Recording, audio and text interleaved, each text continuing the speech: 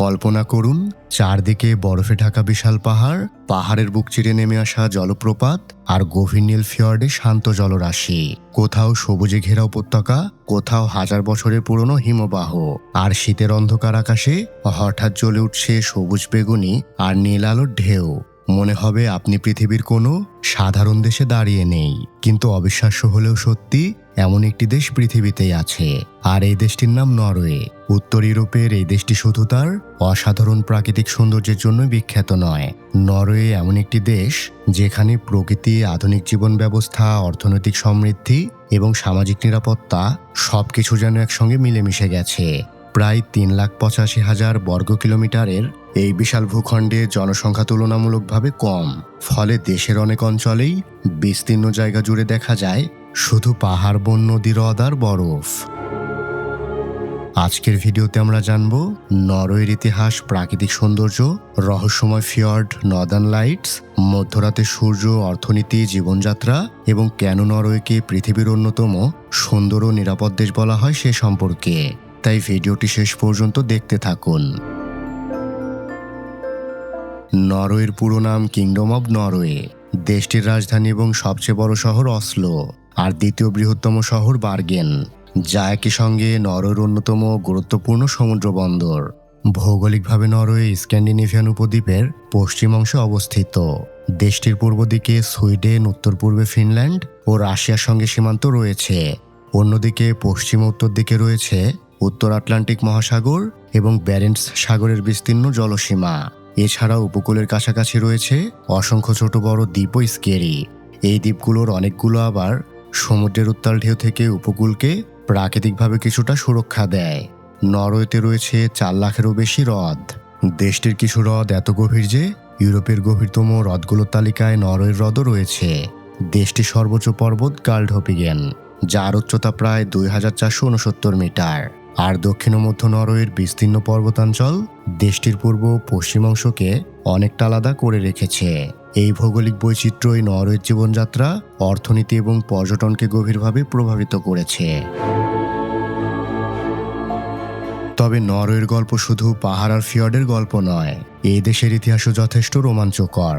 প্রায় 9ম শতাব্দীতে নরওয়ের ছোট ছোট ভাইকিং রাজ্যগুলোকে একত্রিত করার ক্ষেত্রে হ্যারাল্ড ফেয়ারহেয়ারের নাম বিশেষভাবে উল্লেখ করা হয়।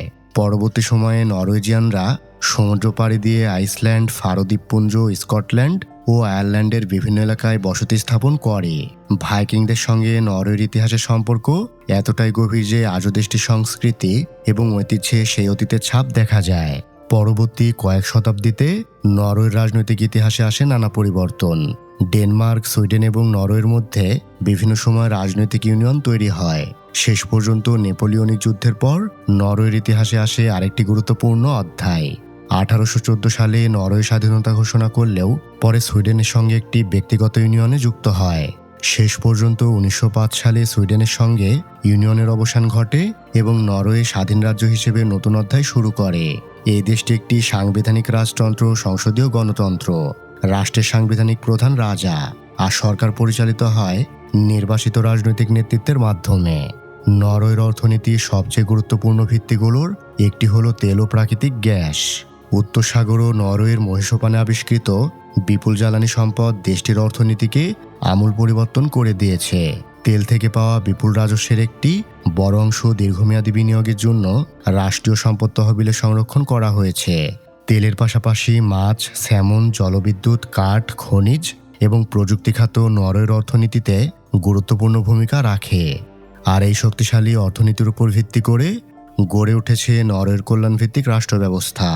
উচ্চ করের বিনিময়ে নাগরিকরা শিক্ষা, স্বাস্থ্যসেবা ও সামাজিক নিরাপত্তার বিভিন্ন সুবিধা পেয়ে থাকে।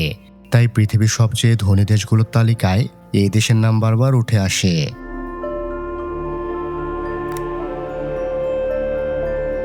নরওয়ের সৌন্দর্যের আরেকটি গুরুত্বপূর্ণ অংশ হল এর বন্য প্রকৃতি ও জীববৈচিত্র্য। দেশটির বিশাল বন ও পাহাড়ি এলাকায় রয়েছে লাল হরিণ, রেইনডিয়ার, মাস্ক অক্স সহ নানা ধরনের বন্য প্রাণী। দুর্গম বনাঞ্চলে রয়েছে ইউরেশিয়ান নেকড়ে, বাদামি ভাল্লুক, উলভারিন ও লিঞ্চের মতো শিকারী প্রাণী। তবে স্থলভাগের চেয়েও নরওয়ের সমুদ্র উপকূলের জীববৈচিত্র্য আরও বিস্ময়কর।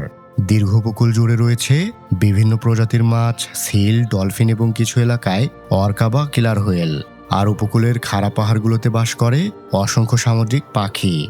প্রকৃতির পাশাপাশি নরওয়ের আরেকটি উল্লেখযোগ্য বৈশিষ্ট্য হল নিরাপদ ও স্থিতিশীল সমাজ ব্যবস্থা। দেশটিতে অপরাধের হার তুলনামূলকভাবে কম এবং মানুষের নিরাপত্তা বোধ বেশ শক্তিশালী।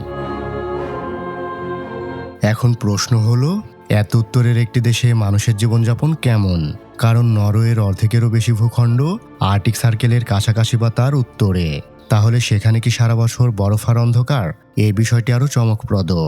নরওয়ের আবহাওয়ায় সমুদ্র এবং গালফ স্ট্রিমের প্রভাব রয়েছে। এই কারণে একে অক্ষাংশের অন্য কিছু অঞ্চলের তুলনায় নরওয়ের অনেক উপকূলীয় এলাকা তুলনামূলকভাবে উষ্ণ।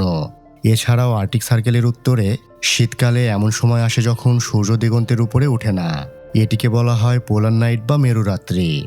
অন্যদিকে গ্রীষ্মে একই অঞ্চলে ঘটে এর সম্পূর্ণ বিপরীত ঘটনা। সূর্য দীর্ঘ সময় দিগন্তের নিচে না যাওয়ায় রাতের আকাশও পুরোপুরি অন্ধকার হয় না। ভাবুন তো, রাত 12টা বাজে, আপনি বাইরে দাঁড়িয়ে আছেন, কিন্তু আকাশে এখনো সূর্যের আলো। এই অদ্ভুত প্রাকৃতিক দৃশ্য নরওয়ের উত্তরাঞ্চলকে পৃথিবীর অন্যতম আকর্ষণীয় ভ্রমণ গন্তব্যে পরিণত করেছে। আর যখন শীতের অন্ধকার নেমে আসে, তখন শুরু হয় আরেক বিস্ময়। আকাশে হঠাৎ দেখা দিতে পারে সবুজ, নীল, বেগুনি কিংবা লালচে আলো নর্দার্ন লাইটস। এই দেশটির মানুষ আধুনিক, শিক্ষিত ও দক্ষতা ভিত্তিক অর্থনীতির সঙ্গে যুক্ত। শিক্ষার ক্ষেত্রেও নরওয়ে দীর্ঘদিন ধরে আন্তর্জাতিক শিক্ষার্থীদের কাছে আকর্ষণীয়।